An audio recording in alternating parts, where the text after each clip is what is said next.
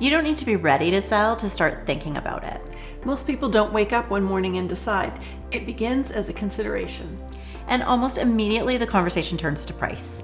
And that makes sense. It's the most visible part of the process.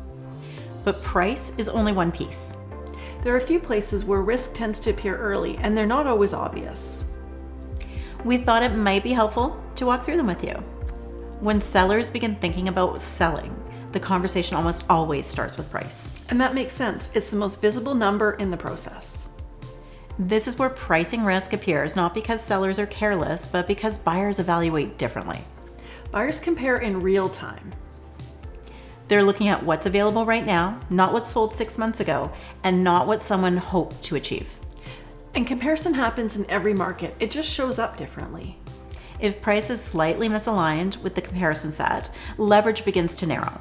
For us, price isn't just a number. It's positioning, and positioning determines how much control you carry once your listing goes live. Another place this shows up is timing. Most people aren't moving casually. There's usually a reason behind it. And timing risk does not come from the wrong month. It comes from entering without clarity on what comes next. When the next step isn't clear, subtle pressure builds. And pressure narrows leverage. When we talk about timing, we're really talking about sequence, what you control, what you don't, and how to move forward without unnecessary urgency. For us, timing isn't about speed, it's about structure. Another place this shows up is presentation. Buyers don't walk through analyzing line by line. They respond to how it feels. And most sellers don't realize how subtle buyer hesitancy can be. It shows up as a pause, a longer comparison, a "we'll think about it."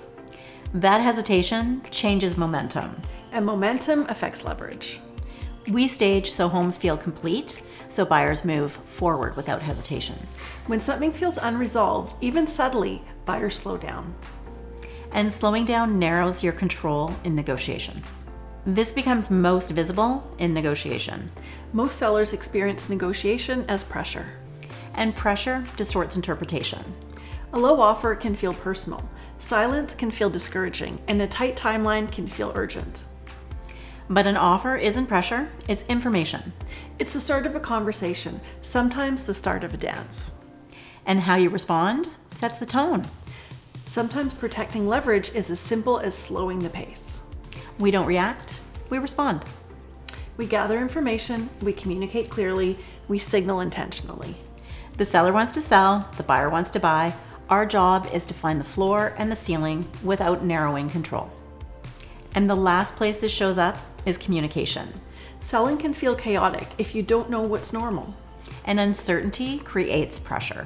When sellers feel out of the loop, even briefly, urgency builds. For us, communication isn't reactive, it's consistent. We share what's happening, good or bad. We explain what's normal, what's strong, and what needs adjusting. We don't shield our clients, we inform them.